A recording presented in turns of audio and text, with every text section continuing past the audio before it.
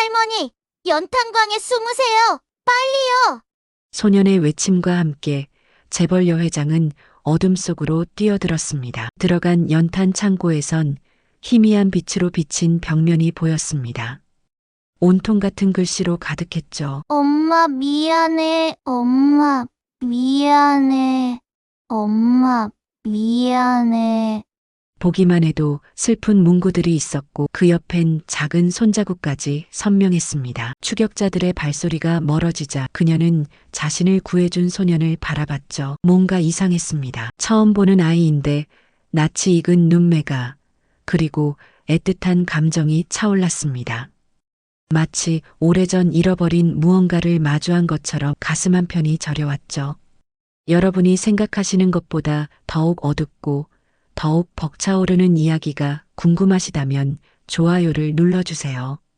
새벽 6시 한진그룹 본사 55층 회장실에 불이 켜졌습니다. 70세 한정희 회장은 이미 책상 앞에 앉아 서류를 검토하고 있었죠. 밤새 잠을 설쳤는지 눈가에 다크서클이 짙었지만 표정만큼은 여전히 냉정했습니다. 비서가 노크도 없이 들어와 아침 식사를 내려놓았지만 한정희는 쳐다보지도 않았습니다. 샐러드와 블랙커피, 10년째 똑같은 메뉴였지만 손도 대지 않는 날이 더 많았죠. 바쁘니까 나중에 짧게 내뱉은 한정희의 목소리에는 감정이라곤 찾아볼 수 없었습니다. 오전 9시 이사회 미팅이 시작됐습니다. 회의실에 들어선 한정희를 향해 이사들이 일제히 고개를 숙였지만 그 속에 담긴 존경심은 예전만 못했죠. 오히려 눈빛 어딘가에 조바심과 계산이 깔려 있었습니다. 조카 한진우가 신규 사업안을 발표하기 시작했고 프레젠테이션 화면에는 화려한 숫자들이 춤을 췄습니다. 이번 프로젝트는 우리 그룹의 미래를 좌우할 겁니다. 한진우의 목소리는 자신감으로 가득했지만 한정희는 미동도 하지 않았습니다. 그러자 한진우가 슬쩍 한마디를 던졌죠. 회장님께서 워낙 연세가 있으시니 이런 신사업은 젊은 피가 필요하지 않겠습니까? 회의실 공기가 순간 얼어붙었습니다. 한정희는 천천히 고개를 들어 한진우를 바라봤습니다. 내 판단이 흐려졌다는 얘기인가? 차갑게 내뱉은 질문에 한진우는 겉으로는 웃으며 손사래를 쳤지만 눈빛만큼은 흔들리지 않았습니다. 그런 뜻이 아니라 세대교체를 말씀드린 겁니다. 이사진들의 시선이 미묘하게 흔들렸고 누군가는 고개를 끄덕이기까지 했죠. 한정희는 그 모든 시선을 느꼈지만 내색하지 않았습니다. 50년간 이 자리를 지켜온 사람이었으니까요. 하지만 가슴 한편에서는 쓸쓸함이 차올랐습니다. 자신이 일군 이 제국에서 이제 자신조차 환영받지 못한다는 걸 느꼈으니까요. 회의가 끝나고 한정희가 회장실로 돌아가려는데 신우이 김영숙이 복도에서 기다리고 있었습니다. 68배 김영숙은 명품 핸드백을 들고 있었지만 얼굴엔 가시 돋친 미소를 띠고 있었죠. 언니, 오늘 회의 어땠어요? 한정희는 대답 대신 그냥 지나치려 했지만 김영숙이 팔을 붙잡았습니다. 점심이나 같이 할까요? 할 얘기가 있어서요. 거절할 틈도 주지 않고 김영숙은 한정희를 회장실로 따라 들어왔습니다.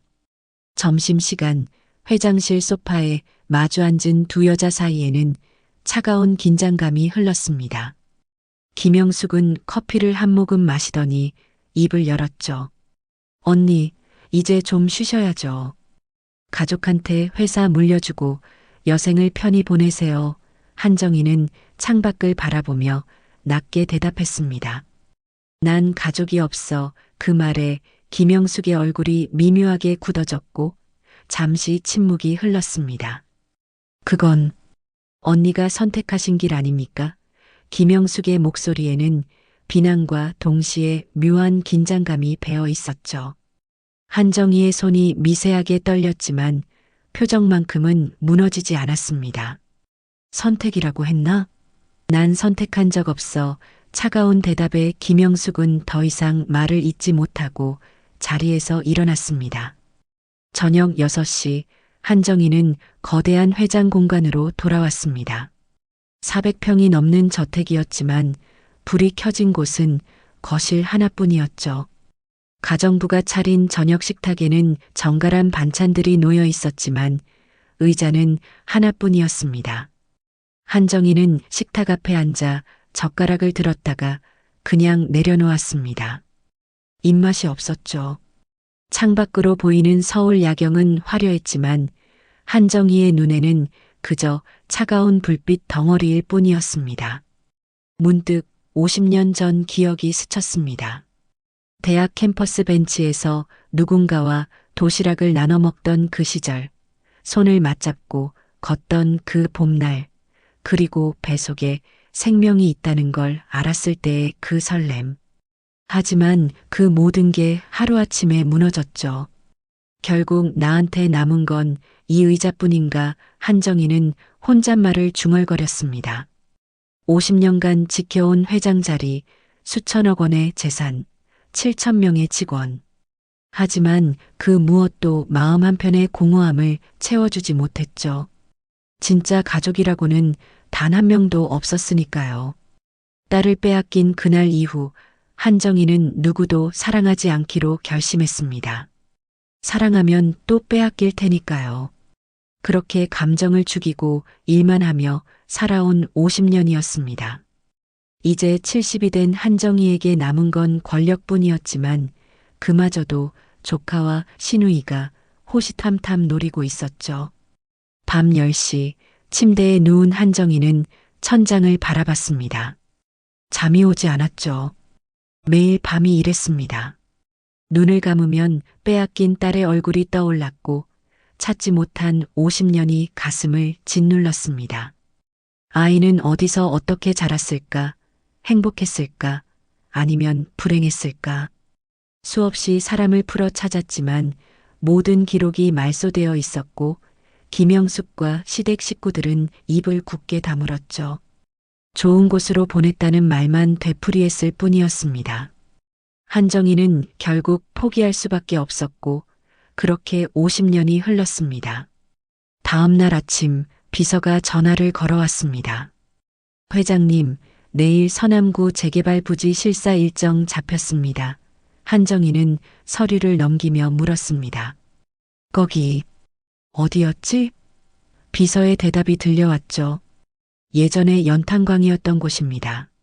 낙후 지역이라 재개발 예정이고요.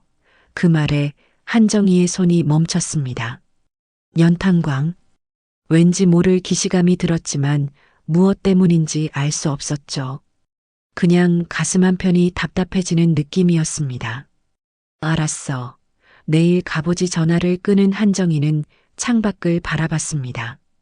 서남구 연탄광 재개발. 그저 평범한 업무 일정이었지만 왠지 그날따라 마음이 무거웠습니다. 마치 무언가 중요한 일이 기다리고 있다는 예감 같은 게 들었지만 한정희는 그냥 흘려버렸습니다. 예감 같은 건 믿지 않는 사람이었으니까요. 하지만 한정희는 몰랐습니다. 그 서남구 연탄광 지역에서 50년 만에 잃어버린 것을 다시 찾게 될 줄은 말이죠. 다음 날 오후 2시 한정희는 서남구 재개발 부지에 도착했습니다. 승용차 창밖으로 보이는 풍경은 서울 한복판이라고는 믿기지 않을 만큼 낙후되어 있었죠.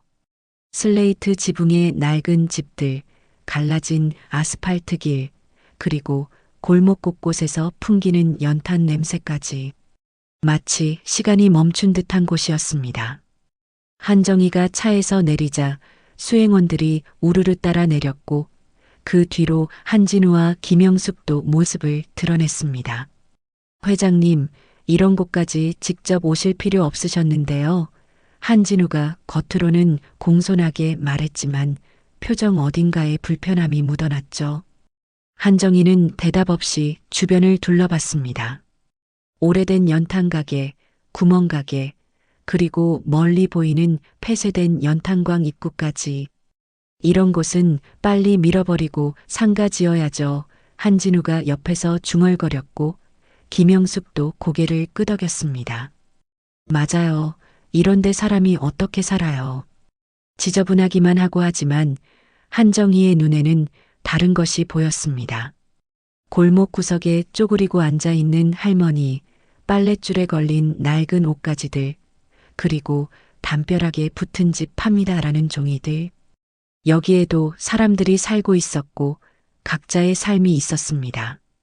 왠지 모를 연민이 가슴 한편을 스쳤지만 한정희는 그 감정을 애써 눌렀습니다. 바로 그때였습니다. 골목 저 끝에서 작은 그림자 하나가 움직이는 게 보였죠. 8살쯤 되어 보이는 남자아이였습니다. 낡은 패딩 점퍼에 구멍난 운동화를 신고 있었고 손에는 분필한 조각을 쥐고 있었습니다. 아이는 한정의 일행을 멀리서 지켜보고 있었지만 눈빛에는 경계심이 가득했죠. 한정이와 눈이 마주친 순간 아이는 황급히 고개를 돌려 골목 안쪽으로 사라졌습니다. 한정이는 왠지 그 아이가 신경 쓰였습니다. 이런 추운 겨울에 혼자 골목을 배회하는 아이라니 부모는 어디 있는 걸까요? 회장님, 이쪽입니다. 수행원의 목소리에 한정이는 정신을 차렸고 일행을 따라 부지를 둘러보기 시작했습니다. 한진우는 태블릿을 꺼내 개발 계획을 설명했지만 한정희의 귀에는 제대로 들어오지 않았죠. 자꾸만 아까 그 아이가 생각났고 골목 저편이 신경 쓰였습니다. 회장님, 들으시는 겁니까? 한진우의 짜증 섞인 목소리에 한정희는 고개를 끄덕였지만 시선은 여전히 골목 쪽을 향하고 있었습니다. 오후 4시가 넘어가자 해가 기울기 시작했고 한정희는 일행과 잠시 떨어져 혼자 골목 안쪽을 걷기 시작했습니다. 좁은 골목길, 담장마다 붙어있는 오래된 포스터들, 그리고 곳곳에 쌓인 연탄 더미들. 이 골목 어딘가에 아까 그 아이가 있을 것 같았죠. 한정희가 모퉁이를 돌아서자 정말로 그 아이가 보였습니다. 연탄 창고 앞에 쪼그리고 앉아 분필로 바닥에 무언가를 쓰고 있었죠. 한정희는 천천히 다가가 물었습니다. 너 혼자 있니? 아이는 깜짝 놀라 고개를 들었고 한정희와 눈이 마주쳤습니다. 그 순간이었습니다. 한정희의 가슴이 철렁 내려앉았죠. 아이의 눈매가 너무나 낯익었습니다. 이마선도, 인매도, 심지어 눈빛까지. 50년 전 사랑했던 그 사람의 얼굴과 자신의 얼굴이 섞인 듯한 느낌이 들었죠. 하지만 그럴 리 없었습니다. 한정희는 고개를 저었습니다. 그냥 우연의 일치일 뿐이라고 스스로를 다독였죠. 아이는 한정희를 한참 바라보더니 아무 대답 없이 벌떡 일어나 뒤돌아 달아났습니다. 잠깐. 한정희가 손을 뻗었지만 아이는 이미 골목 저편으로 사라진 뒤였습니다. 남은 건 바닥에 분필로 쓰인 세 글자뿐이었죠. 엄마 미안해. 한정희는 그 글씨를 한참 바라봤습니다. 서툰 글씨체, 힘주어 쓴 흔적, 그리고 글씨 옆에 묻어있는 작은 눈물 자국. 대체 저 아이에게 무슨 일이 있었던 걸까요? 왜 엄마에게 미안하다고 쓰고 있는 걸까요? 한정희의 가슴 한편이 묘하게 저려왔지만 곧 자리에서 일어났습니다. 남의 아이 일에 감정이입할 여유는 없었으니까요. 해가 완전히 지고 어둠이 내리기 시작했습니다. 한정희는 주차장으로 돌아가려고 골목을 빠져나왔는데 저 멀리서 낯익은 목소리가 들려왔습니다. 한진우의 목소리였죠. 한정희는 본능적으로 걸음을 멈췄고 건물 모퉁이 그늘에 몸을 숨겼습니다. 한진우와 김영숙이 정체를 알 수 없는 남자 2명과 만나 이야기하고 있었거든요. 어둠 속에서도 그들이 뭔가를 주고받는 게 보였습니다. 서류 봉투, 그리고 두툼한 현금 가방까지. 한정희는 재빨리 휴대폰을 꺼내 카메라를 켰습니다. 확대해서 보니 서류 봉투에는 한진그룹 로고가 찍혀 있었고 현금 가방은 명백히 회사 자금인 듯 보였죠. 한정희가 셔터를 누르는 순간 작은 소리가 났습니다. 찰칵. 한진우가 고개를 돌렸고 한정희와 눈이 마주쳤습니다. 누구야? 한진우의 날카로운 외침이 골목에 울려 퍼졌고 일행이 일제히 한정희 쪽으로 고개를 돌렸죠. 김영숙의 얼굴이 하얗게 질렸습니다. 회장님이 여기 왜? 한정희는 침착하게 대답했습니다. 내가 왜 우리 회사 부지를 둘러보면 안 되나? 하지만 한진우의 표정은 점점 굳어졌고 옆에 있던 정체불명의 남자들도 한정희를 향해 한 걸음씩 다가오기 시작했습니다. 한정희는 본능적으로 위험을 감지했죠. 회장님, 잠깐만 얘기 좀 합시다. 한진우의 목소리는 낮았지만 위협적이었습니다. 한정희는 뒤돌아 걸었지만 그들은 따라왔고 점점 거리가 좁혀졌습니다. 회장님, 한진우가 손을 뻗었고 한정희는 본능적으로 뛰기 시작했습니다. 70의 몸으로 뛰는 건 쉽지 않았습니다. 숨이 가빠졌고 다리가 후들거렸지만 멈출 수 없었죠. 뒤에서 발소리가 점점 가까워졌고 손전등 불빛이 한정희의 등을 비췄습니다. 회장님, 잠깐만요. 한진우의 목소리가 점점 다급해졌고 한정희는 필사적으로 골목 안쪽으로 뛰어들었습니다. 미로 같은 골목, 어디로 가야 할지 알 수 없었지만 일단 뛰었습니다. 기사는 주차장에 있었고 여기는 낯선 동네였습니다. 한정희의 머릿속이 하얗게 변했죠. 막다른 골목에 다다랐습니다.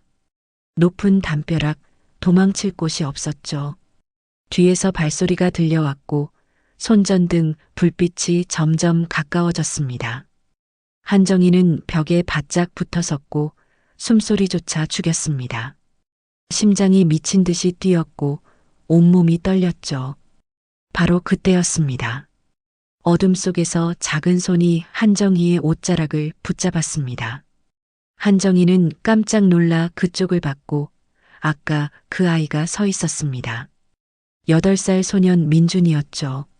민준은 한정희의 손을 잡아 끌며 급하게 속삭였습니다. 할머니, 연탄광에 숨으세요. 얼른. 민준은 한정희의 손을 거의 끌다시피 하며 연탄 창고 안으로 이끌었습니다. 비좁고 어두컴컴한 공간, 연탄 냄새와 곰팡이 냄새가 뒤섞인 공기가 코를 찔렀죠. 한정희는 숨을 헐떡이며 벽에 기댔고 민주는 재빨리 낡은 문을 살짝 닫았습니다. 문틈으로 손전등 불빛이 스쳐 지나갔고 한진우의 목소리가 들려왔죠. 이쪽에 계셨던 것 같은데. 또 다른 목소리가 대답했습니다. 어두워서 못 봤나? 일단 차 쪽으로 가보자. 발소리가 점점 멀어졌고 고요함이 찾아왔습니다. 한정희는 가슴을 쓸어내렸지만 심장은 여전히 미친 듯이 뛰고 있었죠. 민준이 작은 LED 랜턴을 켰습니다. 희미한 불빛이 창고 안을 비췄고 그제야 한정희는 주변을 제대로 볼 수 있었습니다. 그런데 이상했습니다. 벽면 전체가 글씨로 뒤덮여 있었거든요. 분필로, 연필로, 볼펜으로, 심지어 손톱으로 긁어 쓴 듯한 글씨들까지 모두 똑같은 세 글자였습니다. 엄마 미안해, 엄마 미안해, 엄마 미안해. 수백 번, 어쩌면 수천 번 반복된 문장이 벽을 가득 채우고 있었고 글씨 옆에는 작은 손자국과 눈물 자국이 선명하게 남아 있었습니다. 한정희는 벽을 천천히 쓰다듬었고 손끝에 분필 가루가 묻어났죠. 이게 담원이? 민주는 잠시 입을 다물고 있다가 작은 목소리로 대답했습니다. 제가 쓴 거예요. 한정희는 민준을 바라봤습니다. 8살밖에 안 된 아이가 이 많은 글씨를 다 썼다는 게 믿기지 않았죠. 왜? 한정희의 질문에 민주는 고개를 숙였고 작은 어깨가 미세하게 떨렸습니다. 엄마한테 미안해서요. 그리고 민주는 이야기를 시작했습니다. 6개월 전 그날 새벽의 이야기를요. 그날은 유난히 추운 날이었습니다. 민주는 새벽 4시쯤 잠에서 깼는데 엄마가 옆에 없었죠. 화장실에 간 줄 알고 다시 잠들려고 했는데 이상한 소리가 들렸습니다. 탁, 탁. 뭔가 떨어지는 소리였죠. 민주는 자리에서 일어나 거실로 나갔고 그곳에서 쓰러진 엄마를 발견했습니다. 바닥에 얼굴을 대고 누워있는 엄마, 꺼지지 않은 연탄 난로, 그리고 창문은 꽁꽁 닫혀 있었죠. 엄마, 엄마. 민주는 엄마를 흔들었지만 엄마는 깨어나지 않았습니다. 숨은 쉬고 있었지만 얼굴이 창백했고 입술은 파랗게 질려 있었죠. 민주는 울면서 119에 전화를 걸었고 구급차가 왔습니다. 병원 복도는 차갑고 하얗기만 했습니다. 민주는 플라스틱 의자에 쪼그리고 앉아 기다렸죠. 간호사들이 분주하게 오갔고 의사들이 응급실 안으로 들어갔다 나왔다를 반복했습니다. 3시간이 지났을까 의사 한 명이 나와 민준을 불렀습니다. 보호자분? 민주는 고개를 끄덕였죠. 8살이지만 자신밖에 없었으니까요. 의사는 무릎을 굽혀 민준과 눈높이를 맞추고 말했습니다. 환자분이 일산화탄소 중독이에요. 지금 위험한 상태는 넘겼는데 민주는 눈을 반짝이며 물었습니다. 그럼 엄마 괜찮은 거예요? 하지만 의사의 표정은 무겁기만 했죠. 이미 폐 손상이 심각해요. 계속 치료받아야 하는데 의사는 말을 흐렸습니다. 치료비 얘기였죠. 민주는 고개를 끄덕였지만 사실 알고 있었습니다. 돈이 없다는 거요. 엄마는 청소 일을 했지만 한 달에 100만 원도 벌지 못했고 그나마도 월세와 밥값으로 다 나갔습니다. 병원비를 낼 돈은 없었죠. 며칠 후 엄마는 퇴원했지만 기침을 멈추지 못했고 숨쉬기조차 힘들어했습니다. 엄마, 병원 가요. 민준이 말했지만 엄마는 고개를 저었죠. 괜찮아. 조금만 쉬면 나아하지만 나아지지 않았습니다. 한 달이 지났고 엄마의 상태는 점점 나빠졌습니다. 기침에 피가 섞여 나왔고 제대로 걷지도 못했죠. 그런데도 엄마는 일을 나갔습니다. 엄마 안 가면 우리 밥 못 먹어. 민주는 엄마를 붙잡고 울었지만 소용없었습니다. 그러던 어느 날 저녁 민주는 엄마에게 소리를 질렀습니다. 학교에서 돌아왔는데 친구들이 학원 간다고 자랑하는 걸 들었거든요. 왜 우린 아빠가 없어? 창피해. 엄마는 아무 말도 하지 못했고 그저 고개를 숙인 채 눈물만 흘렸습니다. 다른 애들은 다 학원 가는데 난 왜 못 가? 민주는 계속 소리를 질렀죠. 엄마가 돈을 못 버니까 그렇잖아. 그날 밤 엄마는 방에서 나오지 않았고 민주는 홀로 라면을 끓여 먹었습니다. 이틀 후였습니다. 민준이 학교에서 돌아왔을 때 집에 아무도 없었죠. 테이블 위에 쪽지 한 장이 놓여 있었습니다. 민준아, 엄마 청소일 가. 냉장고에 밥 있어. 데워 먹어. 사랑의 서툰 글씨였지만 정성스럽게 쓴 게 느껴졌죠. 민주는 그 쪽지를 구겨 쓰레기통에 던졌습니다. 화가 났거든요. 하지만 밤이 되어도 엄마는 돌아오지 않았고 민주는 불안해지기 시작했습니다. 10시, 11시, 자정이 넘어도 엄마는 오지 않았죠. 민주는 엄마 휴대폰에 전화를 걸었지만 받지 않았습니다. 다음 날 아침 경찰이 집으로 찾아왔습니다. 박수진 씨의 아드님이신가요? 민주는 고개를 끄덕였고 경찰은 무거운 표정으로 말했습니다. 어머니께서 일하시다가 쓰러지셨어요. 지금 병원에 계십니다. 민주는 경찰차를 타고 병원으로 갔고 중환자실 앞에 섰습니다. 유리창 너머로 침대에 누운 엄마가 보였죠. 온갖 기계에 연결된 엄마, 산소 마스크를 쓴 엄마, 눈을 감고 있는 엄마. 민주는 유리창에 손을 대고 울었습니다. 엄마, 미안해. 하지만 엄마는 듣지 못했습니다. 사흘 후 엄마는 세상을 떠났습니다. 폐 손상이 너무 심각했다고 했죠. 제때 치료받았으면 살 수 있었을 거라고 의사는 조심스럽게 말했습니다. 민주는 그 말을 듣는 순간 무너졌습니다. 자신이 엄마를 죽인 거나 마찬가지였으니까요. 학원 가고 싶다고, 아빠 없다고 창피하다고, 돈 못 번다고 소리 질렀던 게 마지막이었죠. 엄마에게 사랑한다고, 고맙다고, 미안하다고 한 번도 말하지 못했습니다. 장례식장은 조용했습니다. 찾아오는 사람도 없었고, 민주는 홀로 엄마 영정 앞에 앉아 있었죠. 복지사 아줌마가 와서 말했습니다. 민준아, 이제 어떻게 할 거야? 시설로 갈래? 하지만 민주는 고개를 저었습니다. 싫어요. 여기 있을래요. 엄마가 있던 곳을 떠나고 싶지 않았거든요. 복지사는 난처한 표정을 지었지만 강제로 데려갈 수는 없었고 민주는 그렇게 혼자가 됐습니다.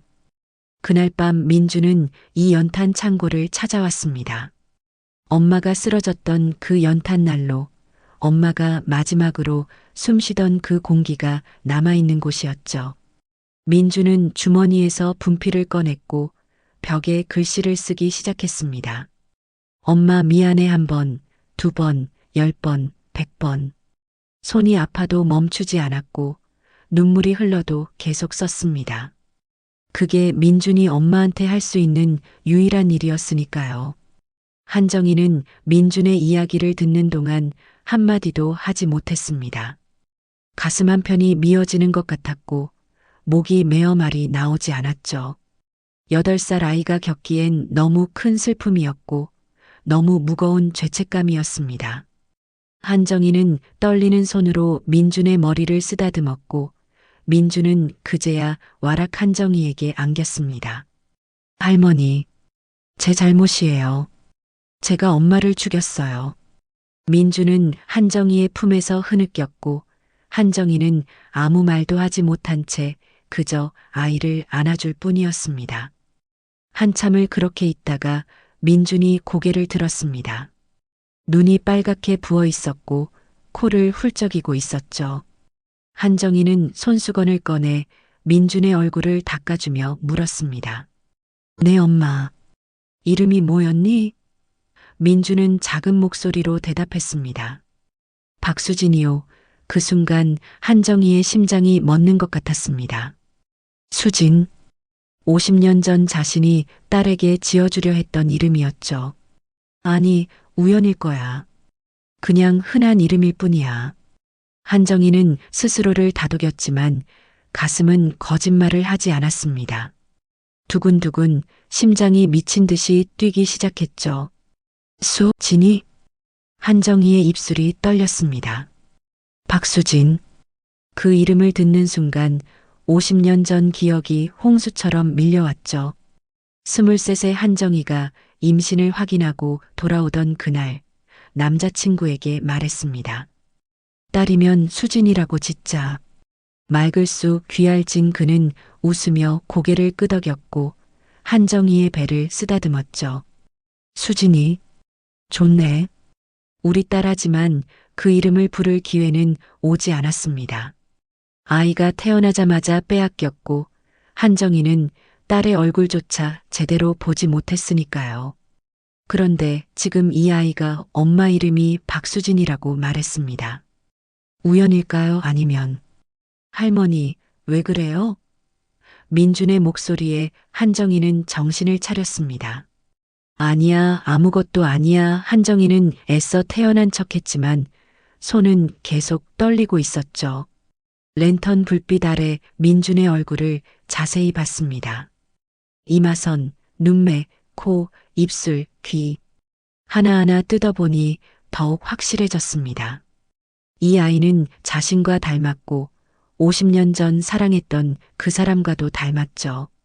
하지만 아직 확신할 수 없었습니다. 세상에 닮은 사람이 한둘이 아니니까요. 한정희는 조심스럽게 물었습니다. 민준아, 내 엄마, 나이가 어떻게 됐니? 민준은 고개를 갸웃하더니 대답했죠. 35살이었어요. 한정희는 재빨리 계산했습니다. 35이면 지금으로부터 36년 전에 태어난 거였죠. 한정희가 딸을 낳은 게 정확히 50년 전이었고, 그때 아이는 갓 태어난 신생아였습니다. 계산이 맞지 않았죠. 하지만 만약 출생신고를 늦게 했다면, 아니면 기록을 조작했다면 충분히 가능한 일이었습니다. 한정희의 머릿속이 복잡해졌고 가슴은 더욱 빠르게 뛰었습니다. 내 엄마는 어디서 자랐니? 한정희의 질문에 민주는 잠시 생각하더니 대답했습니다. 잘 모르겠어요. 엄마가 그냥 혼자 컸대요. 할머니, 할아버지도 없고 친척도 없대요. 고아였다는 뜻이었죠. 한정희의 딸도 고아원으로 보내졌다고 김영숙이 말했었습니다. 점점 퍼즐이 맞춰지기 시작했고 한정희는 심호흡을 했습니다.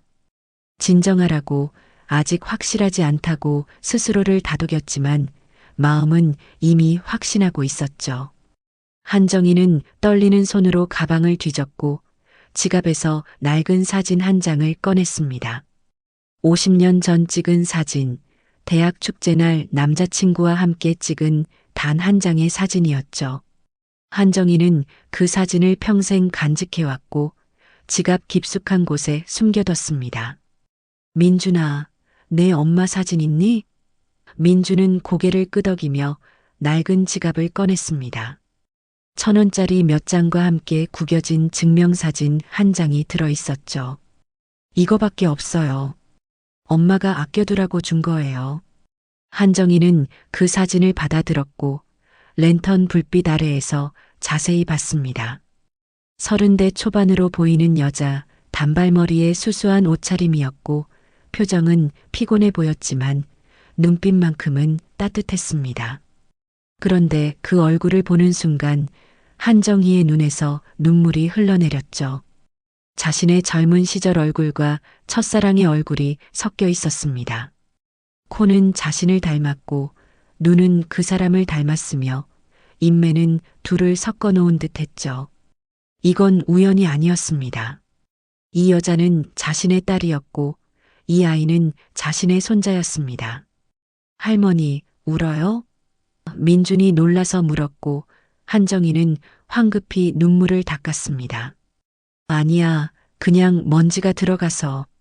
하지만 눈물은 계속 흘렀고 한정희는 도저히 멈출 수가 없었죠. 50년 만에 찾은 흔적이었습니다. 딸은 이미 세상을 떠났지만 딸이 남긴 아이가 여기 있었고 그 아이는 지금 자신의 품에 안겨 있었죠. 한정희는 떨리는 손으로 민준을 꼭 안았고 민준은 어리둥절한 표정으로 한정희의 등을 토닥였습니다. 할머니, 괜찮아요? 한참을 그렇게 있다가 한정희는 마음을 가라앉혔습니다. 아직 확실하지 않았고 확인이 필요했죠. 유전자 검사를 해야 했습니다. 하지만 민준에게 어떻게 말해야 할까요? 갑자기 유전자 검사를 하자고 하면 이상하게 생각할 게 분명했죠. 한정희는 생각을 정리하고 입을 열었습니다. 민준아, 할머니가 너한테 물어볼 게 있는데 민준은 고개를 끄덕였고 한정희는 계속 말했습니다. 내 엄마가 혹시 할머니나 할아버지 얘기한 적 없니? 민준은 고개를 저었습니다. 없어요. 한 번도요. 물어보면 엄마가 슬퍼했어요. 한정희의 가슴이 또 한 번 미어졌죠. 딸은 자신의 존재를 몰랐던 걸까요? 아니면 알았지만 말하지 못했던 걸까요? 내 엄마는 어떻게 돌아가셨니? 한정희는 이미 민준에게서 들었지만 다시 물었습니다. 더 자세히 알고 싶었으니까요. 민준은 잠시 망설이더니 말했죠. 연탄 때문에. 의사 선생님이 그러는데 옛날부터 폐가 안 좋았대요. 근데 병원에 안 갔대요. 왜 병원에 안 갔어? 한정희의 질문에 민주는 고개를 숙였습니다. 돈이 없어서요. 엄마가 맨날 괜찮다고만 했어요. 아프면 그냥 참았어요. 한정희는 주먹을 꽉 쥐었습니다. 자신의 딸이 돈이 없어 병원도 못 가고 죽었다니. 한진그룹 회장의 딸이 수천억 원 재산을 가진 사람의 딸이 연탄가스 중독으로 죽었다니. 분노가 치밀어 올랐고 동시에 자책감이 몰려왔습니다. 자신이 더 열심히 찾았어야 했는데, 포기하지 말았어야 했는데. 밖에서 차 소리가 들렸습니다. 한정희의 기사가 찾아온 것 같았죠. 한정희는 자리에서 일어서며 민준에게 말했습니다. 민준아, 나 이제 가봐야 할 것 같아. 민준은 아쉬운 표정을 지었지만 고개를 끄덕였습니다. 할머니, 다음에 또 와요? 한정희는 민준의 머리를 쓰다듬으며 대답했죠. 그럼 꼭 올게. 약속해. 민준은 처음으로 환하게 웃었고 한정희는 그 미소를 보며 또 눈시울이 붉어졌습니다. 딸의 미소가 이랬을 것 같았거든요. 연탄 창고를 나서는 한정희를 민준이 배웅했습니다. 할머니, 조심히 가요. 한정희는 손을 흔들며 골목을 걸어 나갔고 모퉁이를 돌기 전 뒤를 돌아봤습니다. 민주는 여전히 그 자리에 서서 손을 흔들고 있었고 작은 실루엣은 어둠 속에서 외로워 보였죠. 한정희는 가슴이 아팠지만 꾹 참고 차로 향했습니다. 기사가 차 문을 열어줬고 한정희는 뒷좌석에 앉았습니다. 회장님, 괜찮으십니까? 오래 기다리셔서. 한정희는 손을 저었습니다. 괜찮아. 그냥 가자. 차가 출발했고 한정희는 창밖을 바라봤습니다. 점점 멀어지는 서남구, 점점 작아지는 연탄창고. 하지만 한정희의 머릿속은 온통 민준 생각뿐이었죠. 저 아이를 혼자 두고 가는 게 옳은 걸까? 지금 당장 데려와야 하는 거 아닐까? 하지만 아직 확실하지 않았고 성급하게 행동해서는 안 됐습니다. 한정희는 휴대폰을 꺼내 신뢰할 수 있는 변호사에게 전화를 걸었습니다. 30년을 함께 일한 변호사, 어떤 비밀도 지켜줄 수 있는 사람이었죠. 여보세요. 회장님. 변호사의 목소리가 들려왔고 한정희는 낮게 말했습니다. 박수진이란 이름으로 30대 여성, 최근 사망자 찾아봐. 고아원 출신일 가능성이 높아 변호사는 잠시 침묵하더니 물었습니다. 혹시 그 일과 관련이 있습니까? 그 일, 50년 전 빼앗긴 딸 얘기였죠. 변호사는 그 사실을 알고 있었고 한정희가 평생 딸을 찾으려 했다는 것도 알고 있었습니다. 그럴 수도 있어. 빨리 알아봐줘. 한정희는 전화를 끊고 창밖을 다시 바라봤습니다. 서울 시내로 들어서자 거리는 화려했고 네온 사인이 반짝였습니다. 하지만 한정희의 눈에는 아무것도 들어오지 않았죠. 머릿속은 온통 민준과 수진 생각뿐이었습니다. 만약 정말 자신의 손자라면 어떻게 해야 할까? 어떻게 말해야 할까? 김영숙과 한진우는 어떻게 할까? 생각이 꼬리에 꼬리를 물었고 한정희는 관자놀이를 주물렀습니다. 두통이 왔지만 참았죠. 공간에 도착한 한정희는 곧장 서재로 들어갔습니다. 책장 뒤편 금고를 열고 오래된 서류 봉투를 꺼냈죠. 50년 전 병원 기록, 출산 증명서, 그리고 딸을 찾기 위해 모은 자료들이 가득했습니다. 한정희는 그 서류들을 하나하나 펼쳐보며 단서를 찾기 시작했습니다. 성심보육원, 김영숙이 딸을 보냈다던 그곳이었죠. 만약 박수진이 그 고아원 출신이라면 모든 게 맞아떨어지는 거였습니다. 새벽 2시가 넘어서야 한정희는 서류를 정리하고 침대에 누웠습니다. 하지만 잠은 오지 않았고 눈을 감으면 민준의 얼굴이 떠올랐죠. 혼자 연탄 창고에 남겨진 작은 아이, 엄마를 잃고 홀로 참회하는 8살 소년. 한정이는 이불을 걷어차고 일어나 창가에 섰습니다. 먼 곳을 바라보며 혼잣말을 중얼거렸죠. 수진아, 내가 살아있었구나. 내가 그렇게 힘들게 살았구나. 그리고 작게 덧붙였습니다. 미안해. 엄마가 너무 늦었어.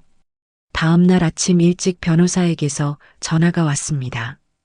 회장님, 찾았습니다. 한정희의 심장이 쿵쾅거렸고 손에 쥔 커피잔이 떨렸죠. 말해봐. 변호사의 목소리가 조심스럽게 이어졌습니다.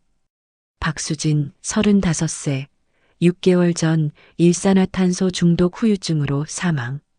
출생 기록상 고아원 출신입니다. 한정희는 숨을 멈췄고 변호사는 계속 말했습니다. 성심보육원 출신이고 아들이 한 명 있습니다. 이름은 민준이라고. 그 순간 한정희는 확신했습니다. 민준은 자신의 손자였습니다. 유전자 검사 준비해. 극비로 한정희의 목소리는 떨렸지만 단호했습니다. 제가 직접 샘플 채취할 방법을 알려드리겠습니다. 변호사의 대답이 들려왔고 한정희는 전화를 끊었습니다. 이제 확실히 해야 했죠. 과학적으로, 법적으로 증명해야 했습니다. 한정희는 창밖을 바라보며 다짐했습니다. 반드시 민준을 지키겠다고, 딸이 못 받은 사랑을 손자에게 주겠다고. 다음 날 아침 6시 한정희는 밤새 한숨도 자지 못한 채로 회장실에 앉아 있었습니다. 책상 위에는 휴대폰으로 몰래 찍은 민준 엄마의 증명사진이 놓여 있었고 한정희는 그 사진을 계속 들여다봤죠. 볼수록 확실했습니다. 이 여자는 자신의 딸이었고 민준은 자신의 손자였습니다. 하지만 아직 과학적 증거가 없었고 섣불리 움직여서는 안 됐죠. 한정희는 신뢰할 수 있는 변호사에게만 이 사실을 알렸고 절대적인 비밀을 유지하라고 신신당부했습니다. 만약 김영숙이나 한진우가 알게 되면 또다시 방해할 게 뻔했으니까요. 오전 9시 변호사가 은밀하게 회장실을 찾아왔습니다. 두툼한 서류 봉투를 들고 있었고 표정은 무거웠죠. 회장님, 더 자세한 조사 결과 나왔습니다. 한정희는 서류를 받아들고 천천히 펼쳤습니다. 박수진의 출생 기록, 고아원 기록, 학교 기록, 직장 기록들이 빼곡하게 정리되어 있었지만 곳곳에 이상한 점들이 보였죠. 이게 뭔가? 한정희가 손가락으로 가리킨 부분에는 삭제 표시가 되어 있었고 변호사가 설명했습니다. 기록이 의도적으로 지워진 흔적입니다. 누군가 이 여성의 행적을 숨기려 했던 것 같습니다. 한정희는 서류를 넘기며 계속 읽었습니다. 박수진은 성심보육원에서 자랐고 고등학교를 졸업한 후 여러 직장을 전전했지만 오래 다니지 못했다고 나와 있었죠. 해고 사유는 대부분 개인 사정이라고 적혀 있었지만 자세한 내용은 없었습니다. 이상하지 않습니까? 변호사가 말했습니다. 성실하다는 평가를 받았는데도 불구하고 계속 직장을 옮긴 게 말이죠. 한정희는 고개를 끄덕였습니다. 누군가 의도적으로 방해했다는 뜻이었고 그 누군가는 뻔했죠. 그리고 이것 좀 보십시오. 변호사가 다른 서류를 꺼냈습니다. 협박 편지 사본이었죠. 박수진 씨의 유품에서 발견된 겁니다. 복지사가 보관하고 있었는데 저희가 입수했습니다. 한정희는 그 편지를 읽기 시작했고 읽을수록 분노가 치밀어 올랐습니다. 내가 누구 딸인지 절대 밝히지 마라. 그녀에게 접근하지 마라. 어기면 내 아이가 다친다. 협박 내용은 노골적이었고 문체는 교양 있는 사람의 것이었죠. 한정희는 손이 떨렸지만 꾹 참고 계속 읽었습니다. 조용히 살아라. 가난하게 살아라. 그게 너와 내 아이를 지키는 길이다. 편지는 여러 통이었고 박수진이 민준을 낳은 직후부터 죽기 직전까지 계속 도착했던 것 같았습니다. 편지 뒷면에는 박수진이 적은 메모도 있었죠. 또 왔다. 무섭다. 하지만 민준이는 지켜야 한다. 한정희는 편지를 내려놓고 눈을 감았습니다. 딸이 평생 이런 공포 속에서 살았다니, 아이를 지키기 위해 가난을 감수했다니, 가슴이 찢어지는 것 같았고, 동시에 김영숙과 한진우에 대한 분노가 폭발할 것 같았죠. 누가 보냈는지 추적 가능합니까? 한정희의 질문에 변호사는 고개를 저었습니다. 편지에 발신인 정보가 없고 우표도 일반 우표입니다. 하지만 필적 감정은 가능할 것 같습니다. 한정희는 고개를 끄덕였고 곧바로 지시했습니다. 김영숙과 한진우의 필적 샘플을 확보해. 몰래. 그리고 이 편지들과 대조해봐. 변호사는 메모를 하며 고개를 끄덕였고 한정희는 계속 말했습니다. 그리고 박수진이 병원에 갔을 때 기록도 찾아봐. 왜 제대로 치료받지 못했는지 알아야 해. 변호사가 나가고 혼자 남은 한정희는 창밖을 바라봤습니다. 서울 도심이 한눈에 내려다 보였지만 마음은 서남구 연탄 창고에 가 있었죠. 민주는 지금 뭘 하고 있을까? 밥은 먹었을까? 추위에 떨고 있지는 않을까? 한정희는 비서를 불러 지시했습니다. 오늘 저녁 일정 다 취소해. 개인적으로 나가야 할 곳이 있어. 비서는 의아한 표정을 지었지만 고개를 끄덕이고 나갔습니다. 같은 시각 한진우의 사무실에서는 긴급 회의가 열리고 있었습니다. 한진우와 김영숙 그리고 사설 탐정 한 명이 모여 있었죠. 회장님이 요즘 이상합니다. 탐정이 보고했습니다. 어젯밤 서남구에 다녀오셨고 오늘 아침에는 변호사를 은밀하게 만났습니다. 한진우의 표정이 굳어졌고 김영숙은 불안한 눈빛으로 물었습니다. 서남구에 뭐하러 간 거야? 탐정은 사진 한 장을 내밀었습니다. 한정희가 연탄 창고 근처를 배회하는 모습이 찍혀 있었죠. 이 근처에 뭐가 있는데? 한진우가 물었고 탐정은 대답했습니다. 한 아이가 혼자 살고 있습니다. 8살 남자아이인데 최근에 엄마를 잃었다고 합니다. 김영숙의 얼굴이 하얗게 질렸습니다. 아이 이름이 뭔데? 탐정이 수첩을 넘기며 대답했죠. 민준이라고 합니다. 엄마 이름은 박수진이고요. 그 순간 김영숙은 의자에서 벌떡 일어났습니다. 안 돼. 설마. 한진우가 김영숙의 팔을 붙잡으며 물었습니다. 고모 아세요? 그 아이를? 김영숙은 입술을 떨며 앉았고 한참을 침묵하다 입을 열었습니다. 박수진은 회장님의 딸이야. 한진우의 눈이 커졌고 탐정도 놀란 표정을 지었죠. 뭐라고요? 김영숙은 고개를 숙이며 말을 이었습니다. 50년 전에 태어난 아이야. 우리가 고아원으로 보냈지. 회장님은 모르도록 기록을 다 말소했어.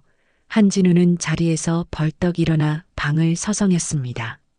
그럼 그 아이는 회장님의 손자라는 얘기잖아요. 김영숙은 대답 없이 고개만 끄덕였습니다. 회장님이 유전자 검사라도 했다면. 한진우의 목소리는 떨렸고 김영숙은 두 손으로 얼굴을 감쌌습니다. 끝났어. 우리 다 끝났어. 한진우는 책상을 주먹으로 내리쳤습니다. 왜 진작 말씀 안 하셨어요? 그 여자를 제대로 관리했어야죠. 김영숙이 소리쳤습니다. 관리했어. 평생 감시했고 협박했어. 그래도 아이를 낳았고 결국 죽었잖아. 둘 사이에 험악한 공기가 흘렀고 탐정은 조용히 자리를 뜨려고 했습니다. 잠깐 한진우가 탐정을 불렀습니다. 계속 감시해. 회장님이 그 아이와 접촉하는지 뭘 하는지 다 보고해. 탐정은 고개를 끄덕이고 나갔고 남은 두 사람은 서로를 바라봤습니다. 어떻게 할 거예요? 한진우의 질문에 김영숙은 한참을 생각하다 입을 열었습니다. 회장님이 그 아이를 정식으로 인정하기 전에 뭔가 방법을 찾아야 해 한진우는 고개를 끄덕였지만 표정은 어두웠습니다. 이미 늦은 것 같았거든요. 저녁 6시 한정희는 다시 서남구로 향했습니다. 차 트렁크에는 따뜻한 음식과 옷가지들이 가득했고 한정희는 직접 운전대를 잡았죠. 기사도 비서도 없이 혼자였습니다. 연탄 창고 앞에 도착하자 민준이 밖에 앉아 있었고 한정희를 보자 환하게 웃으며 달려왔습니다. 할머니, 한정희는 민준을 꼭 안아줬고 아이의 몸이 너무 차가운 게 느껴졌습니다. 추웠지? 할머니가 따뜻한 거 가져왔어. 한정희는 민준을 데리고 근처 작은 식당으로 갔습니다. 낡은 테이블에 마주 앉아 한정희가 주문한 음식들이 나왔고 민준은 눈을 빛내며 바라봤습니다. 이거 다 먹어도 돼요? 한정희는 웃으며 고개를 끄덕였습니다. 다 먹어. 더 시킬 수도 있어. 민준은 숟가락을 들고 밥을 먹기 시작했고 한정희는 그 모습을 지켜보며 마음이 아팠습니다. 얼마나 굶었으면 저렇게 먹을까. 자신의 손자가 이렇게 힘들게 살고 있었다니. 밥을 다 먹고 민준이 배를 두드리며 웃었습니다. 할머니, 정말 맛있었어요. 한정희는 민준의 머리를 쓰다듬으며 물었습니다. 민준아, 할머니가 너한테 줄 게 있어. 가방에서 작은 키트를 꺼냈죠. 변호사가 준비한 유전자 검사 키트였습니다. 이게 뭐예요? 민준이 신기한 듯 물었고 한정희는 애써 태어난 척하며 대답했습니다. 건강검진 하려고. 할머니가 너 건강한지 확인하고 싶어서. 입 안쪽 살짝 긁어주면 돼. 민준은 순순히 따랐고 한정희는 조심스럽게 샘플을 채취했습니다. 그리고 자신의 샘플도 채취했죠. 2개의 샘플을 품 안에 깊숙이 넣고 한정희는 안도의 숨을 쉬었습니다. 이제 며칠만 기다리면 결과가 나올 것이고 과학적으로 증명될 것입니다. 민준은 자신의 손자라고, 자신에게는 가족이 있다고. 할머니, 왜 웃어요? 민준이 물었고 한정희는 자신이 웃고 있다는 걸 그제야 깨달았습니다. 그냥 내가 좋아서. 한정희는 민준의 손을 잡았고 민준도 한정희의 손을 꼭 쥐었습니다. 따뜻한 온기가 전해졌고 한정희는 50년 만에 처음으로 진짜 가족의 손길을 느꼈습니다. 눈물이 날 것 같았지만 꾹 참았죠. 민준 앞에서는 강한 할머니로 있고 싶었으니까요. 식당을 나와 민준을 연탄 창고까지 데려다주며 한정희는 말했습니다. 민준아, 할머니 내일도 올게. 민준은 고개를 끄덕이며 웃었습니다. 할머니 정말 좋은 사람이에요. 엄마 같아요. 그 말에 한정희의 가슴이 뭉클했습니다. 엄마 같다니. 자신은 민준 엄마의 엄마인데. 곧 말할 수 있겠죠. 곧 진실을 밝힐 수 있을 겁니다. 차로 돌아온 한정희는 품 안의 샘플을 꺼내 조심스럽게 봉투에 넣었습니다. 그리고 변호사에게 전화를 걸었죠. 샘플 확보했어. 내일 아침 일찍 연구소로 보내. 최대한 빨리 결과 내달라고 해. 변호사의 대답이 들려왔습니다. 알겠습니다. 일주일 정도 걸릴 것 같습니다. 한정희는 전화를 끊고 창밖을 바라봤습니다. 일주일 길다면 긴 시간이었지만 50년을 기다린 사람에게는 아무것도 아니었죠. 한정희는 혼잣말을 중얼거렸습니다. 제발, 제발 내 손자가 맞기를. 일주일이 흘렀습니다. 그 일주일 동안 한정희는 매일 저녁 서남구를 찾았고 민준과 함께 시간을 보냈죠. 첫날은 밥을 먹었고 둘째 날은 옷을 사줬습니다. 셋째 날은 민준의 임시 거처를 깨끗이 정리해줬고 넷째 날은 함께 책을 읽었습니다. 다섯째 날은 민준이 다니던 학교 이야기를 들었고 여섯째 날은 함께 엄마 무덤에 다녀왔죠.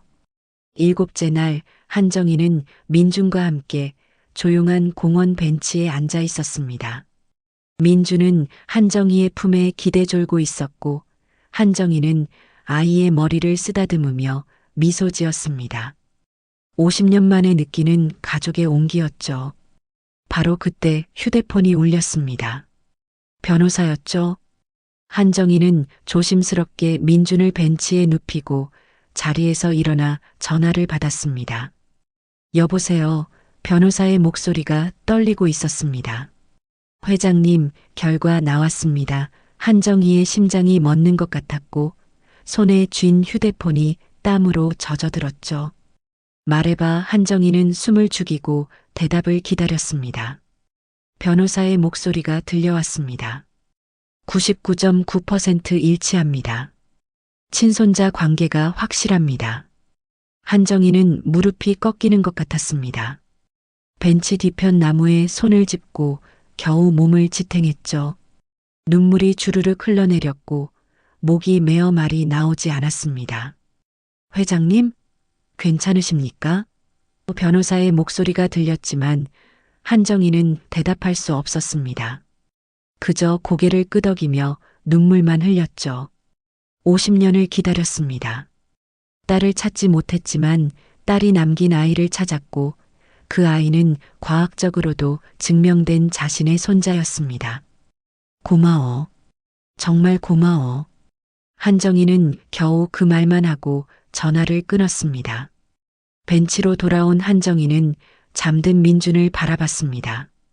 평화로운 얼굴, 작은 숨소리, 손에 쥔 작은 주먹. 이 아이가 자신의 손자였습니다. 자신의 피가 흐르고 딸의 피가 흐르는 아이였죠. 한정희는 조심스럽게 민준을 안아 올렸고 민준은 눈을 뜨지 않은 채 한정희의 목에 팔을 감았습니다. 엄마. 잠꼬대였지만 한정희의 가슴을 찔렀죠. 엄마. 민준은 엄마를 그리워하고 한정희는 딸을 그리워합니다. 하지만 이제 서로에게 가족이 생겼습니다. 한정희는 민준을 차에 태우고 집으로 데려갔습니다. 거대한 공간, 민준은 눈을 동그랗게 뜨고 주변을 둘러봤죠. 할머니 집 엄청 크다. 한정희는 웃으며 민준의 손을 잡고 안으로 들어갔습니다. 이제 여기가 내 집이기도 해. 민준은 고개를 갸웃했지만 한정희는 아직 진실을 말하지 않았습니다. 때가 되면 말할 것이고 그 전에 해야 할 일들이 있었으니까요. 다음 날 오전 한정희는 긴급 이사회를 소집했습니다. 이사진들은 갑작스러운 회의에 당황했고 한진우와 김영숙은 불안한 표정으로 회의실에 들어왔죠. 한정희는 단상에 섰고 차갑고 단호한 목소리로 말했습니다. 오늘 여러분께 중요한 발표가 있습니다. 회의실이 조용해졌고 모든 시선이 한정희에게 집중됐습니다. 한정희는 숨을 깊이 들이쉬고 입을 열었습니다. 저에게 손자가 있습니다. 회의실이 술렁였습니다. 이사들은 서로를 바라보며 수군거렸고 한진우의 얼굴은 하얗게 질렸죠. 김영숙은 의자를 꽉 붙잡았고 입술이 파르르 떨렸습니다. 한정희는 계속 말했습니다. 50년 전 제게서 빼앗긴 딸이 있었습니다. 회의실이 더욱 시끄러워졌지만 한정희는 개의치 않았습니다. 그 딸은 6개월 전 세상을 떠났지만 아들을 남겼습니다.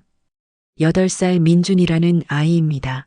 한정희는 서류 봉투를 꺼내 책상 위에 던졌습니다. 유전자 검사 결과입니다. 99.9% 일치, 친손자 관계가 과학적으로 증명됐습니다. 한진우가 벌떡 일어났습니다. 회장님, 이건 너무 갑작스러운 발표입니다. 목소리는 떨렸지만 애써 침착한 척했죠. 한정희는 차갑게 한진우를 바라봤습니다. 갑작스럽다고? 50년을 기다렸는데? 김영숙도 자리에서 일어났습니다. 언니, 고아원 출신의 아이를 어떻게 믿으십니까? 한정희의 눈빛이 날카로워졌고 목소리는 얼음장처럼 차가웠습니다. 그 아이를 고아로 만든 게 누구죠?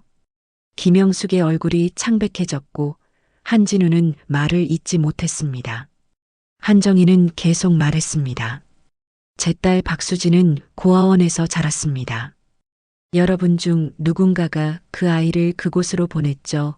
시선이 김영숙에게 집중됐고 김영숙은 고개를 숙였습니다. 그 아이는 평생 가난하게 살았고 병원도 제대로 못 가다가 35의 나이에 죽었습니다. 한정희의 목소리가 떨렸지만 계속 말을 이었습니다.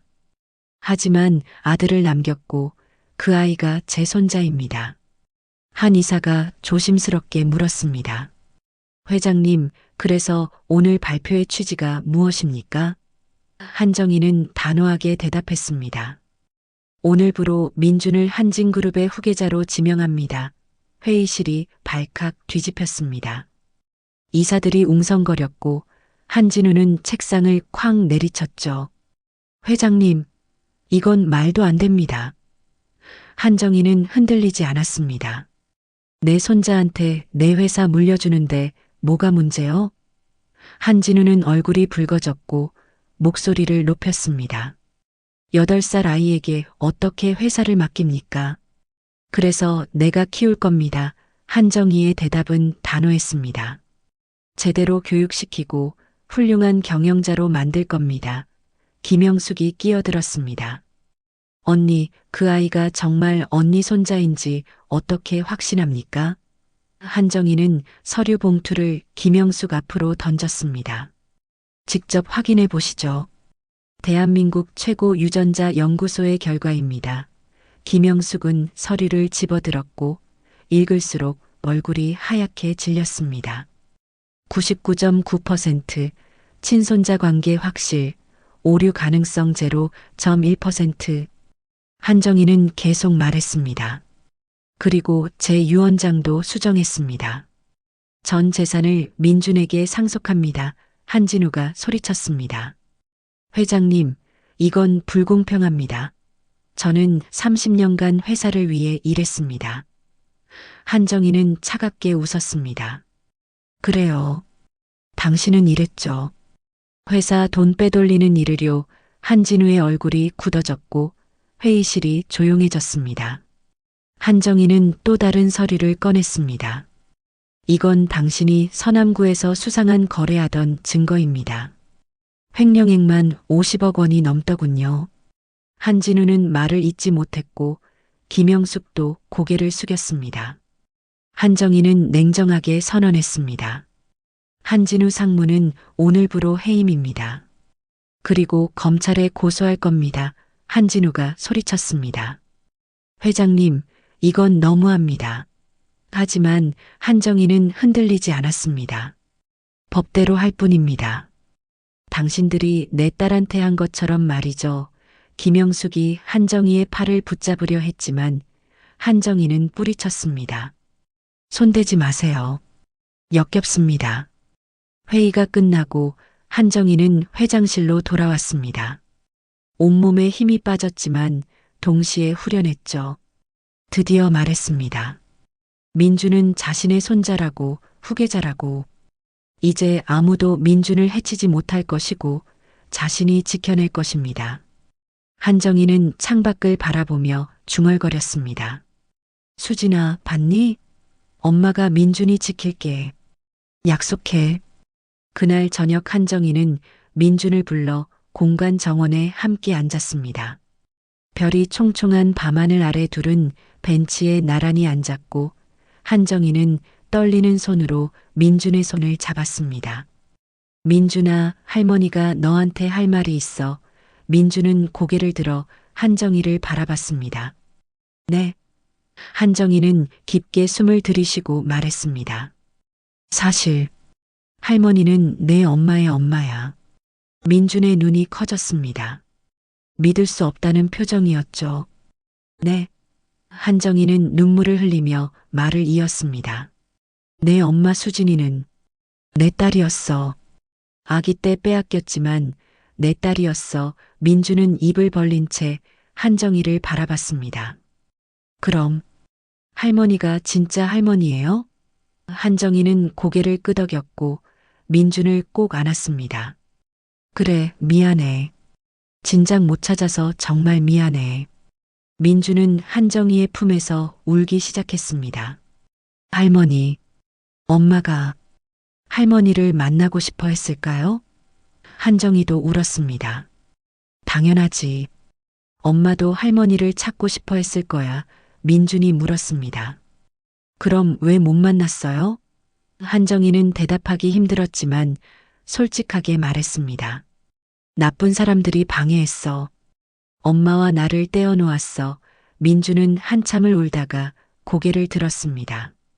이제 우리 가족이에요? 한정희는 웃으며 고개를 끄덕였습니다. 그래, 이제 우리는 가족이야. 그날 밤 민준은 처음으로 공간의 커다란 침대에서 잠들었습니다. 한정희는 민준 옆에 앉아 아이의 얼굴을 바라봤고 자장가를 불러줬습니다.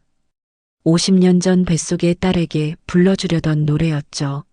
민준은 평화로운 얼굴로 잠들었고 한정희는 아이의 이마에 입맞춤했습니다. 잘 자, 우리 손자. 할머니가 지켜줄게. 이사회가 끝난 후 복도에서 김영숙이 한정희의 팔을 붙잡았습니다. 힘없이 매달리는 손, 떨리는 목소리였죠. 언니, 잠깐만요. 한정희는 차갑게 그 손을 뿌리쳤습니다. 할 말 없어요. 하지만 김영숙은 놓지 않았고 눈물까지 흘리기 시작했습니다. 언니, 그 아이 엄마가 어떻게 죽었는지 알아요? 한정희는 걸음을 멈췄습니다. 김영숙의 목소리는 떨렸지만 계속 이어졌죠. 왜 병원에 못 갔는지, 왜 그렇게 가난하게 살았는지 알아요? 한정희는 천천히 돌아섰고 김영숙의 얼굴을 똑바로 바라봤습니다. 말해봐요. 한정희의 목소리는 낮았지만 분노로 가득했습니다. 김영숙은 주저앉으며 고백하기 시작했죠. 박수진, 그 앤. 우리가 평생 감시했어요. 한정희의 주먹이 떨렸습니다. 감시? 김영숙은 고개를 끄덕이며 계속 말했습니다. 고아원에서 나온 후부터 죽을 때까지요. 취직하려 하면 우리가 회사에 연락해서 막았고 좋은 사람 만나면 협박해서 떼어놨어요. 한정희는 벽에 기대어 겨우 몸을 지탱했습니다. 다리에 힘이 풀렸지만 쓰러질 수는 없었죠. 김영숙의 고백은 계속됐습니다. 병원 가려 하면 돈을 못 쓰게 했어요. 은행 계좌를 동결시키고 대출도 못 받게 했죠. 한정희의 눈에서 눈물이 흘렀습니다. 왜 그랬어요? 김영숙은 얼굴을 들어 한정희를 바라봤습니다. 언니 딸이라는 게 밝혀지면 안 됐으니까요. 상속 구도가 무너지니까요. 한정희는 김영숙의 멱살을 잡았습니다. 70의 나이에도 불구하고 힘이 솟았고 분노가 온몸을 지배했죠. 내 딸을 죽인 거잖아. 당신들이 내 딸을 죽였어. 김영숙은 울먹이며 대답했습니다. 미안해요. 정말 미안해요. 하지만 한정희는 김영숙을 밀쳐냈습니다. 미안하다고? 50년간 내 딸을 고통 속에 살게 하고 죽게 만들어 놓고 미안하다고? 한정희의 목소리는 복도에 울려 퍼졌고 지나가던 직원들이 놀라 쳐다봤습니다. 하지만 한정희는 개의치 않았습니다. 당신은 살인자예요. 법으로 처벌받을 겁니다. 한정희는 즉시 법무팀을 소집했습니다. 그날 밤 회장실에는 변호사들이 모여 서류를 검토했고 한정희는 모든 증거를 내놓았습니다. 박수진에게 보낸 협박 편지들, 계좌 동결 기록, 회사 취업 방해 증거, 병원 치료비 대출 거부 기록까지. 증거는 넘쳐났고 모두 김영숙과 한진우를 가리키고 있었습니다. 변호사가 말했습니다. 이 정도면 협박죄, 업무방해죄, 그리고 살인방조죄까지 적용 가능합니다. 한정희는 고개를 끄덕였습니다. 즉시 고소 진행하세요. 한 명도 빠짐없이. 며칠 후 한진우와 김영숙은 구속됐습니다. 검찰이 긴급 체포영장을 발부했고 두 사람은 수갑을 찬 채 끌려갔죠. 한진우는 끝까지 소리쳤습니다. 회장님, 저는 회사를 위해 일했습니다. 하지만 한정희는 돌아보지도 않았습니다. 김영숙은 눈물을 흘리며 애원했지만 소용없었죠. 언니, 제발. 우리도 가족인데. 한정희는 차갑게 대답했습니다. 가족은 서로를 죽이지 않아요. 석 달 후 첫 공판이 열렸습니다. 서울중앙지방법원 대법정은 기자들과 방청객들로 가득했고 한정희와 민준도 방청석에 앉아 있었습니다. 민준은 정장을 입고 있었고 한정희의 손을 꼭 쥐고 있었죠. 할머니, 저 사람들 때문에 엄마가... 민준이 작은 목소리로 물었고 한정희는 고개를 끄덕였습니다. 그래, 하지만 이제 벌 받을 거야.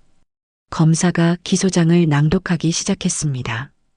피고인 김영숙과 한진우는 50년간 조직적이고 지속적으로 피해자 박수진을 감시하고 협박했습니다. 법정이 조용해졌고 검사는 계속 말했습니다. 피해자의 취업을 방해했고 인간관계를 파괴했으며 의료 서비스 접근을 차단했습니다. 증거 자료들이 스크린에 떠올랐고 방청석에서 탄식이 흘러나왔습니다. 협박 편지, 계좌 동결 내역, 회사 압력 녹취록까지 모든 것이 날 것 그대로 공개됐죠. 검사는 특이한 편지를 강조했습니다.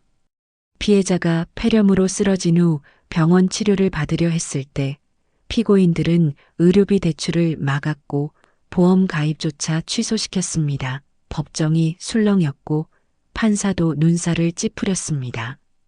피해자는 결국 적절한 치료를 받지 못한 채 사망했고 당시 8살이던 아들 민준만 남겨졌습니다. 검사가 민준을 가리켰고 모든 시선이 민준에게 쏠렸습니다.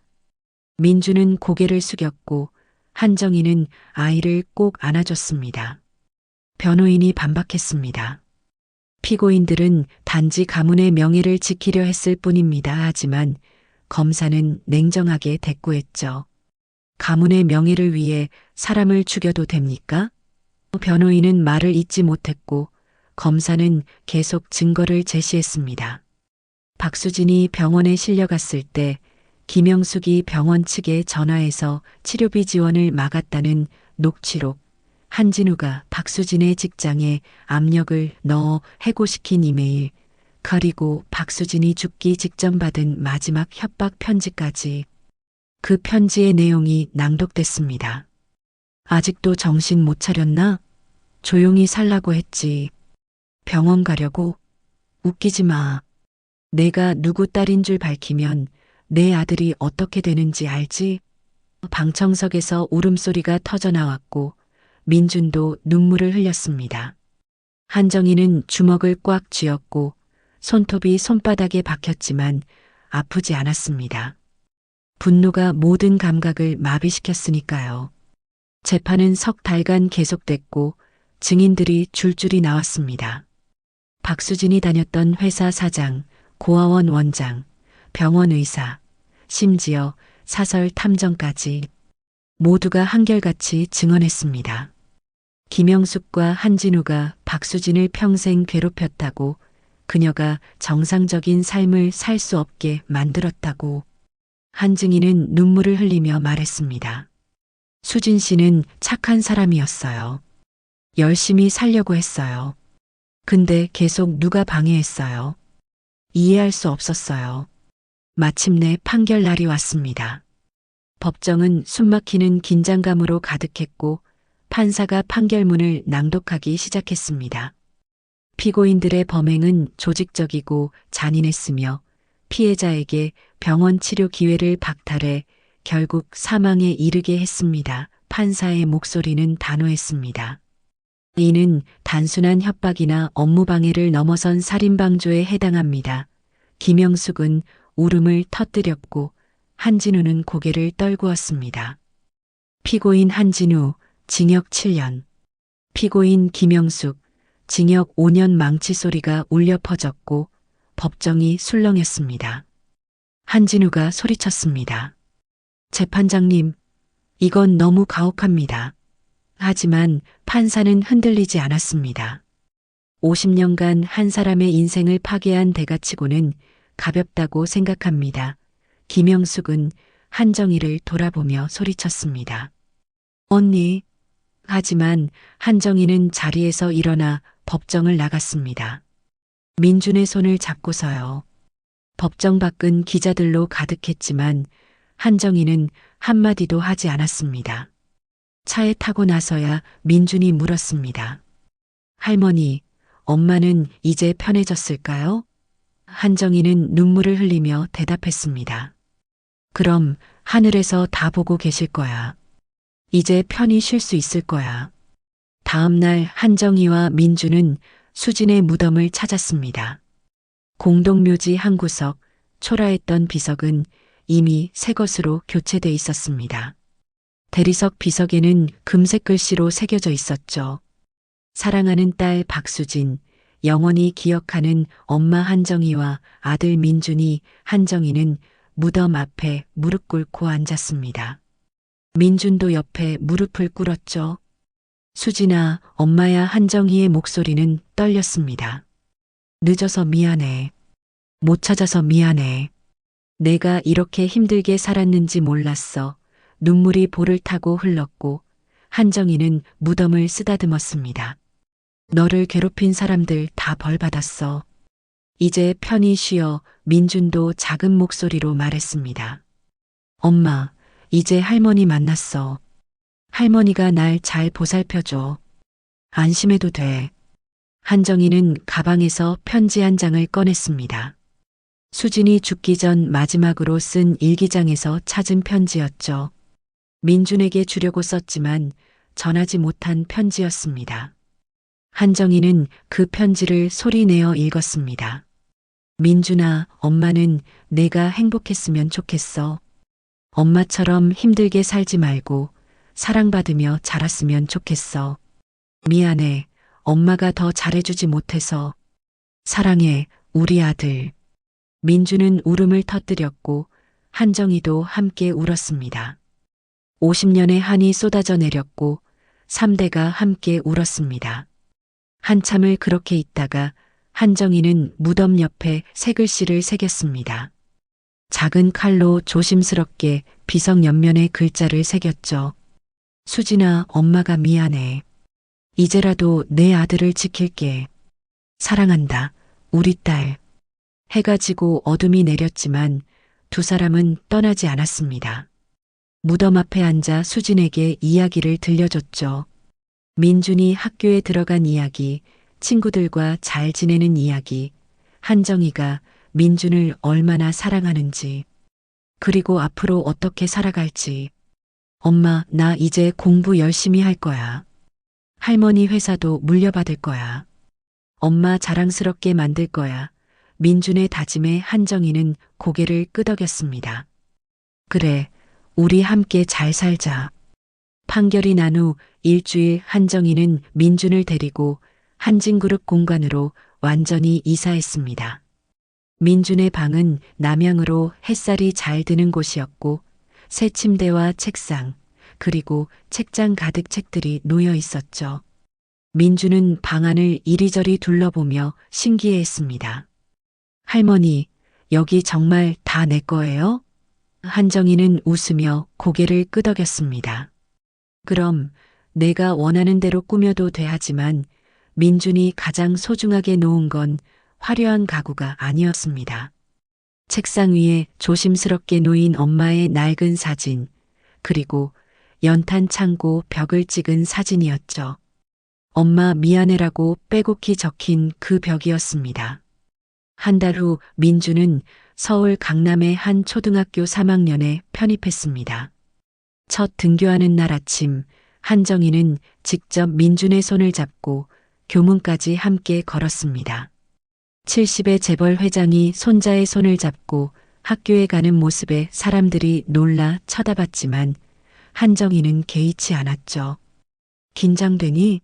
한정희가 물었고 민주는 고개를 끄덕였습니다. 조금요. 친구들이 저 좋아할까요?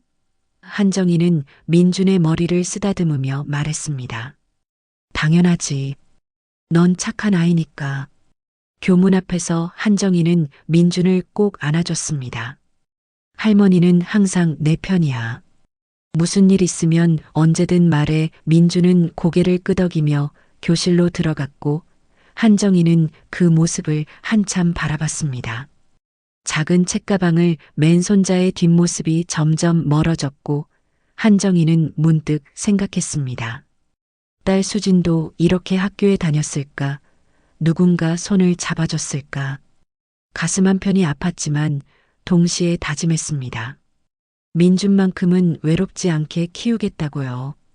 학교가 끝나고 집으로 돌아온 민준은 신이 나서 이야기했습니다. 할머니, 오늘 친구 5명 사귀었어요. 한정희는 웃으며 민준을 안아줬습니다.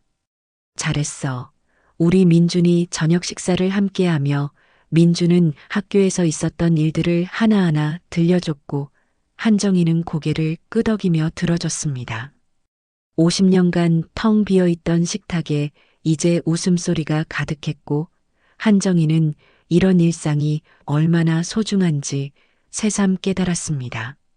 매주 토요일은 특별한 날이었습니다. 한정희와 민주는 어김없이 수진의 무덤을 찾아갔고 꽃을 놓고 이야기를 나눴죠. 엄마, 오늘 학교에서 받아쓰기 100점 맞았어. 민준이 자랑스럽게 말하면 한정희도 거들었습니다. 수진아, 민준이 요즘 밥도 잘 먹고 쑥쑥 크고 있어. 때로는 빗속에서도 눈 내리는 날에도 두 사람은 무덤을 찾았습니다. 비가 와도 우산을 쓰고 갔고 눈이 와도 길을 뚫고 갔죠. 수진과의 약속이었으니까요. 석 달 후 한정희는 중대한 발표를 했습니다. 사재 100억 원을 출연해서 박수진 장학재단을 설립한다는 내용이었죠. 기자회견장에서 한정희는 또박또박 말했습니다. 이 재단은 한부모 가정과 고아원 출신 학생들을 지원합니다. 플래시가 터졌지만 한정희는 흔들리지 않았습니다. 또한 의료비 지원 프로그램도 운영해서 돈이 없어 치료받지 못하는 사람이 없도록 하겠습니다. 기자들이 질문했습니다. 왜 박수진이라는 이름을 쓰셨습니까? 한정희는 잠시 침묵하다 대답했습니다. 제 딸 이름입니다. 딸이 겪었던 고통을 다른 사람은 겪지 않았으면 합니다. 첫 장학증서 수여식이 열렸습니다. 수십 명의 학생들이 모였고 한정희와 민준이 함께 증서를 전달했죠. 민준은 자신보다 조금 큰 언니 한 명에게 증서를 건네며 말했습니다. 우리 엄마처럼 힘든 사람들 돕는 거예요. 그 언니는 눈물을 흘리며 고개를 숙였고 한정희는 그 모습을 보며 가슴이 뭉클했습니다. 수진이 살아있었다면 이런 일을 했을 것 같았거든요. 서남구 재개발 계획도 전면 수정됐습니다. 상가 대신 커뮤니티 센터가 들어섰고 그 안에는 박수진 기념관이 설치됐죠. 그 유명한 연탄 창고의 벽은 특수 유리로 보존됐고 엄마 미안해라는 글씨들이 그대로 전시됐습니다. 입구에는 팻말이 세워졌습니다. 한 아이의 후회가 세상을 바꿨습니다. 사랑하는 사람에게 미안하다고 말하기 전에 먼저 사랑한다고 말하세요. 개관식 날 수많은 사람들이 찾아왔고 벽 앞에서 묵념했습니다. 누군가는 자신의 사연을 적어 남기기도 했죠. 1년이 흘렀습니다. 민주는 10살이 됐고 생일 파티가 열렸습니다. 공간 거실에는 학교 친구들과 선생님들이 초대됐고 화려한 케이크가 놓여 있었죠. 민주는 촛불 앞에서 눈을 감고 소원을 빌었습니다. 한정희가 물었습니다. 뭘 빌었어? 민주는 장난스럽게 웃으며 대답했습니다. 비밀이에요. 근데 할머니는 알 거예요. 한정희도 웃었습니다. 알고 있었죠. 민주는 분명 엄마에게 말했을 겁니다. 행복하다고 할머니와 잘 지내고 있다고요. 촛불을 끄고 케이크를 자르며 민준이 말했습니다. 친구들아, 내가 너희한테 할 말이 있어. 친구들이 귀를 기울였고 민준은 진지한 표정으로 말했습니다. 너희 부모님한테 사랑한다고 많이 말해. 나는 엄마한테 그 말 못했거든. 친구들은 조용해졌고 한 친구가 물었습니다. 민준아, 엄마 어디 계셔? 민준은 하늘을 가리켰습니다. 저기 계셔. 근데 괜찮아. 할머니가 있으니까. 한정이는 민준을 꼭 안아줬고 친구들도 함께 민준을 안아줬습니다. 밤이 되고 손님들이 떠난 후 한정이와 민준은 침대에 나란히 누웠습니다. 민준이 물었습니다. 할머니, 엄마 지금 행복할까요? 한정이는 천장을 바라보며 대답했습니다. 그럼 하늘에서 우리 보고 웃고 계실 거야. 민준이 한정이의 손을 잡았습니다. 할머니, 오래오래 살아줘야 돼요. 한정이는 웃으며 민준의 손을 꼭 쥐었습니다. 그럼 내가 다 클 때까지 할머니가 함께 있을게. 5년이 흘렀습니다. 민준은 이제 15살 중학생이 됐고 키도 한정이를 훌쩍 넘어섰죠. 전교에서 1등을 놓치지 않는 모범생이었고 장학재단 활동에도 적극 참여했습니다. 어느 토요일 오후 한정이와 민준은 여전히 수진의 무덤을 찾았습니다. 75세가 된 한정이는 지팡이를 짚고 있었지만 여전히 건강했고 민준은 할머니의 팔을 조심스럽게 잡아주며 걸었습니다. 무덤 앞에 앉아 민준이 말했습니다. 엄마, 저 이번에 전국 모의고사 1등 했어요.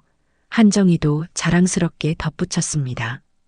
수진아, 우리 손자 정말 잘 크고 있어. 내가 꿈꿨던 것보다 훨씬 더 행복하게 살고 있어. 바람이 불어왔고 나뭇잎들이 바스락거렸습니다. 마치 수진이 대답하는 것처럼 느껴졌죠. 한정이는 웃으며 말했습니다. 수진아, 엄마 이제 너무 행복해. 민준이 덕분에 외롭지 않아.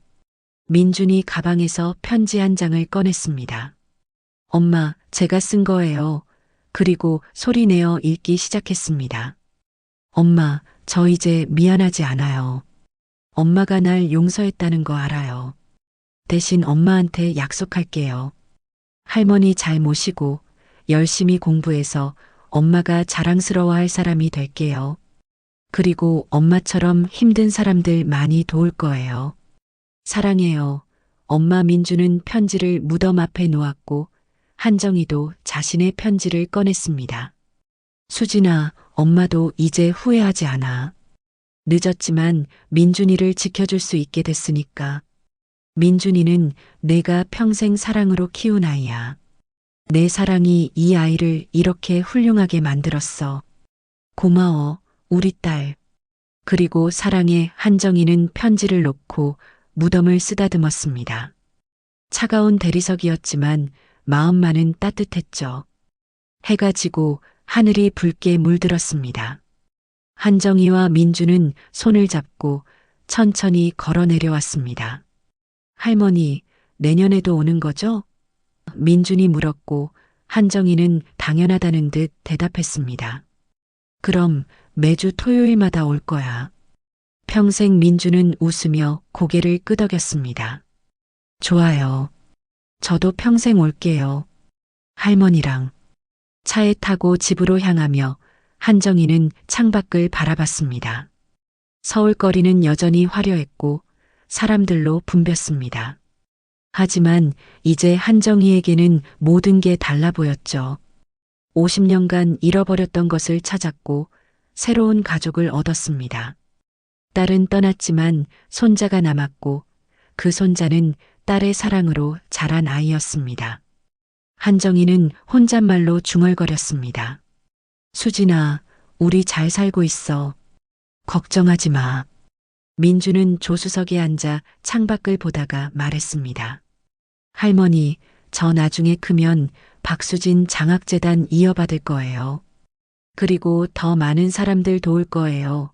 한정이는 민준의 머리를 쓰다듬으며 웃었습니다. 그래, 넌 그럴 수 있어.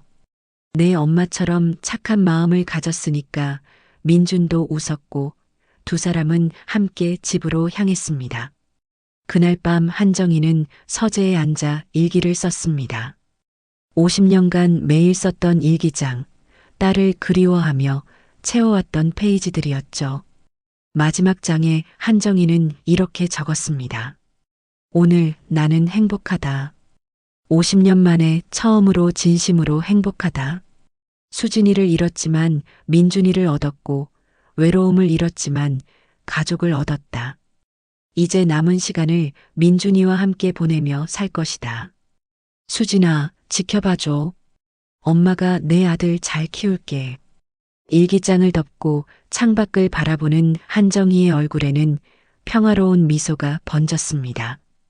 별이 총총한 밤하늘 어딘가에서 수진도 웃고 있을 거라 믿었죠. 한정희는 조용히 기도했습니다. 수진아, 편히 쉬어. 이제 모든 게 괜찮아. 우리 모두 괜찮아. 그리고 새로운 아침이 밝았습니다. 한정희와 민준의 새로운 하루가 시작됐고 그 하루는 사랑으로 가득했습니다.